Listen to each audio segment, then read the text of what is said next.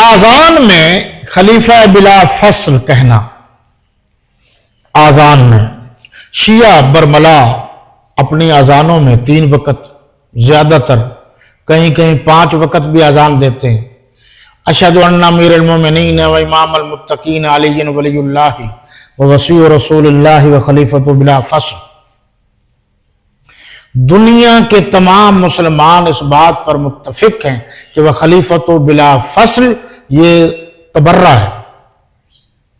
کیوں کہ جب اللہ کے نبی نے اور تمام دنیا کے مسلمان خلیفہ بلا فصل حضرت صدیق اکبر رضی اللہ عنہ کو مانتے ہیں، تو تم آذان میں خلیفہ بلا فصل حضرت علی کو کہہ کر حضور کے فرمان کا انکار کر رہے ہو، حضرت علی المرتضیٰ کی نمازوں کا انکار کر رہے ہو، اجماع امت کا انکار کر رہے ہو، تمام صحابہ اور اہل بیت جنہوں نے پیچھے نمازیں پڑھی ہیں سب کے سب حضرت صدیق اکبر کو پہلا خلیفہ مانتے تھے۔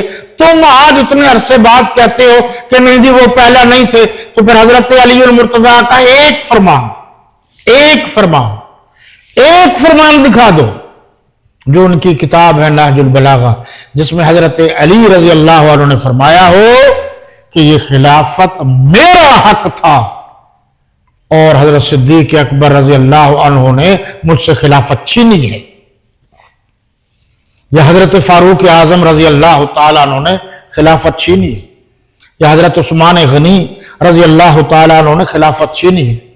تو آپ مہربانی کیجئے اس قسم کی باتیں نہ کیجئے جس سے مسلمانوں میں انتشار پیدا ہو، افتراق پیدا ہو، نفاق پیدا ہو۔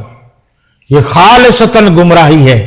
جب وہ آپس میں بھائی تھے، نمازیں پڑھتے پڑھاتے تھے، رشتے لیے پیار و محبت کرتے تھے، تو تم ان کو علیحدہ کر کے مسلمانوں میں کیوں خامخواہ انتشار پیدا کر رہے ہو؟ باقی انشاءاللہ العزیز پھر سے ہی اللہ آپ کا، میرا اور تمام مسلمانوں کا حامی و ناصر ہو۔ حیات باقی، ملاقات باقی، وما علینا الا البلاغ۔